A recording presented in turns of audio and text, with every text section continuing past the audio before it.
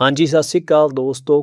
Canada ਨੂੰ ਲੋਕ ਚਾਹੀਦੇ ਨੇ, ਪਰ ਉਹ ਸੋਚ ਸਮਝ ਕੇ ਚੁਣ ਰਿਹਾ ਹੈ। ਸੋ ਜੇ ਤੁਸੀਂ ਸਟੱਡੀ ਪਰਮਿਟ ਜਾਂ PR ਤੇ ਆ ਰਹੇ ਹੋ ਤਾਂ ਜ਼ਰੂਰ ਧਿਆਨ ਨਾਲ ਆਪਣੇ ਪ੍ਰੋਗਰਾਮ ਚੂਜ਼ ਕਰੋ ਅਤੇ ਆਪਣੇ PR ਪ੍ਰੋਗਰਾਮ ਵੀ ਧਿਆਨ ਨਾਲ ਚੂਜ਼ ਕਰੋ। ਅਤੇ ਵਿਜ਼ਟਰ ਵੀਜ਼ਾ ਵਿੱਚ ਉਹ ਸਿਰਫ ਇੱਕ ਚੀਜ਼ ਵੇਖਦੇ ਆ, ਸੱਚ, ਤੁਹਾਡਾ ਸੱਚਾ ਕਾਰਨ, ਤੁਹਾਡੀਆਂ ਸੱਚੀਆਂ ਡੇਟਸ ਅਤੇ ਤੁਹਾਡੀ ਸੱਚੀ ਜ਼ਿੰਦਗੀ, ਮਤਲਬ ਜਿਹੜੀ UK ਵਿੱਚ ਜਾਂ ਇੰਡੀਆ ਵਿੱਚ ਚੱਲ ਰਹੀ ਹੈ ਅਤੇ ਜਿੱਥੇ ਤੁਸੀਂ ਵਾਪਸ ਜਾਣਾ ਹੈ। ਜਿਹੜਾ ਬੰਦਾ ਕਹੇ ਭੱਜ ਕੇ ਅਪਲਾਈ ਕਰੋ, ਦਰਵਾਜ਼ਾ ਬੰਦ ਹੋ ਰਿਹਾ, ਉਹ ਡਰ ਵੇਚ ਰਿਹਾ। ਅਤੇ ਜਿਹੜਾ ਕਹੇ ਮੇਰੀ ਸੈਟਿੰਗ ਹੈ, ਬੰਦਾ ਬੈਠਾ ਹੈ, ਉਹ ਝੂਠ ਵੇਚਦਾ ਹੈ।